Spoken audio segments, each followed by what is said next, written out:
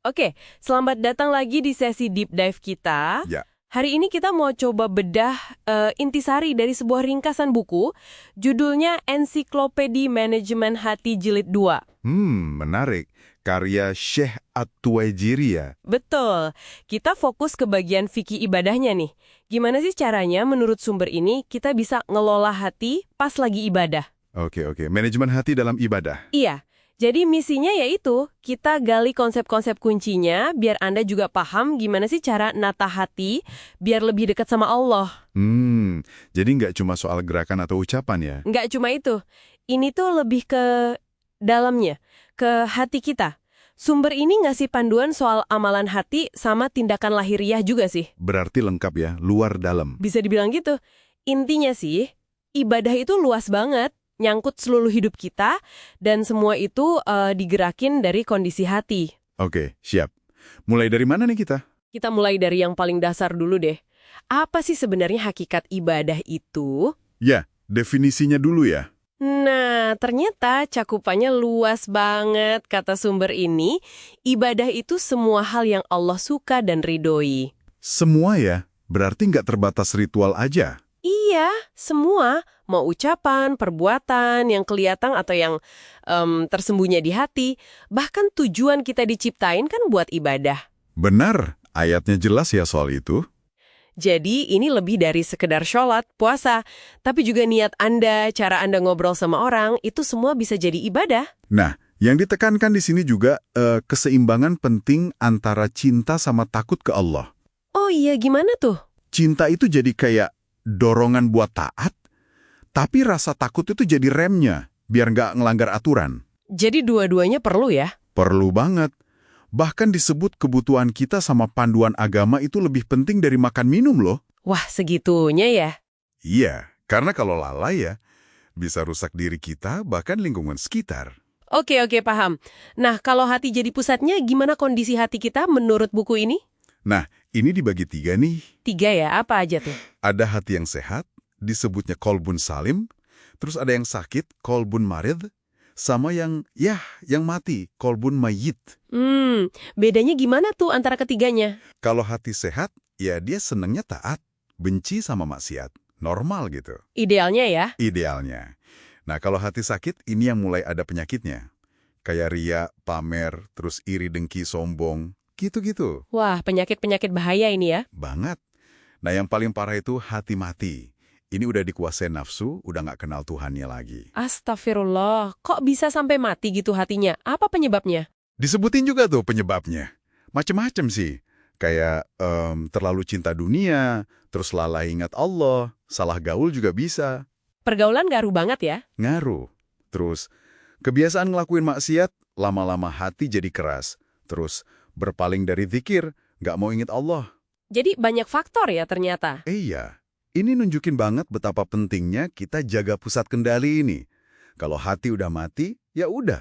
Ibarat mesin rusak, amalan luarnya jadi nggak ada artinya. Atau malah salah arah. Oke, terus kalau udah tahu kondisi hati bisa beda-beda gitu, gimana cara perbaikinya? Atau menjaganya biar tetap sehat?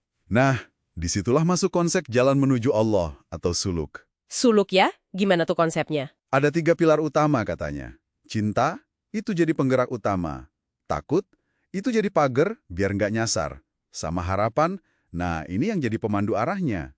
Cinta, takut, harapan. 3 serangkai ya? Betul.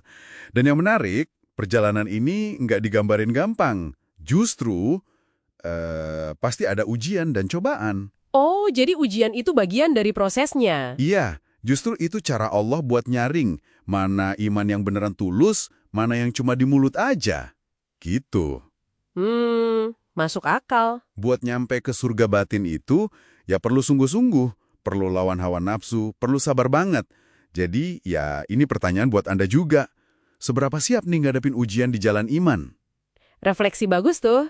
Terus, ada alat atau cara praktisnya nggak sih buat bantu perjalanan ini? Ada. Disebutin beberapa. Salah satunya, muhasabah. Muhasabah. Introspeksi diri ya? Betul. Semacam ngecek diri sendiri tiap hari. Evaluasi amalan kita. Hari ini dapat nikmat apa aja, bikin salah apa aja, banyakan baik atau buruknya. Gitu. Jadi kayak audit harian gitu ya? Bisa dibilang gitu. Tujuannya biar hisab di akhirat ringan, tapi efeknya langsung kerasa sekarang, jadi lebih sadar diri. Oke, itu muhasabah. Ada lagi? Ada lagi muraqabah. Ini kesadaran penuh kalau Allah tuh selalu ngawasin kita. Wah, ini dalam nih. Iya, bukan pengawasan yang bikin takut paranoid ya, tapi yang numbuhin rasa deket sama malu gitu kalau mau berbuat salah.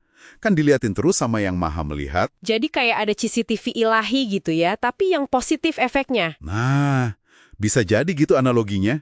Jadi ada akuntabilitas internal. Oke, muhasabah, muraqabah, ada lagi poin penting? Ada beberapa sikap batin yang perlu dipupuk juga. Kayak ikhlas. Nah, ini penting banget. Beramal murni karena Allah. Bukan mau pamer atau cari pujian. Susah nih, ikhlas. Emang latihan terus. Terus tawakal. Pasrah penuh setelah usaha maksimal ya. Bukan pasrah tanpa usaha. Usaha dulu baru tawakal. Betul. Terus zuhud.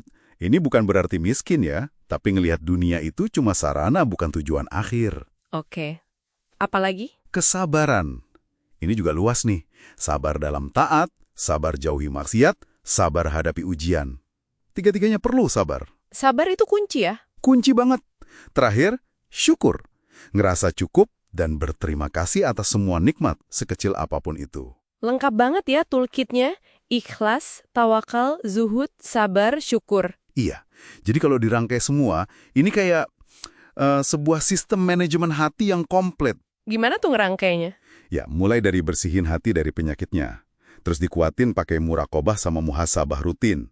Nah, wujudnya dalam tindakan sehari-hari itu ya pakai ikhlas, tawakal, sabar, syukur itu tadi. Tujuannya apa semua itu? Biar hati kita jadi lapang, siap menerima kebenaran, nggak keras kayak batu. Dan jangan lupa, kita ini punya amanah besar buat jaga iman. Oke.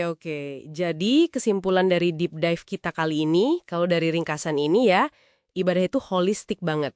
Iya, menyeluruh. Mulainya dari hati yang sehat, dirawatnya pakai kesadaran diawasi Allah atau muraqabah, terus refleksi diri rutin atau muhasabah, Nah, terus diekspresikan dalam tindakan yang tulus, sabar, syukur, tawakal. Gitu ya kira-kira? tepat sekali. Udah mencakup semua aspek kehidupan jadinya? Sip, udah cukup jelas kayaknya. Nah, sebagai penutup nih ya, mungkin ada satu pemikiran buat Anda renungkan. Boleh, apa tuh? Kan tadi disinggung pentingnya muhasabah harian tuh. Gimana kalau Anda coba aja satu langkah kecil tapi konsisten? Gimana contohnya? Misalnya ya, luangin aja 5 menit sebelum tidur malam ini. Coba renungin dikit hari ini gimana. Apa yang bisa disyukuri, apa yang perlu diperbaiki. Cuma 5 menit ya? Iya, coba aja dulu. Kira-kira nih, apa ya dampaknya ke kesadaran Anda, ke rasa dekat Anda sama Sang Pencipta besok pagi? Coba rasain aja. Tantangan menarik nih buat dicoba. Oke deh. Semoga ada manfaatnya. Pasti. Terima kasih banyak udah nemenin deep dive kali ini. Semoga apa yang kita bahas ini ada manfaatnya buat Anda semua yang menyimak. Sampai jumpa di sesi berikutnya.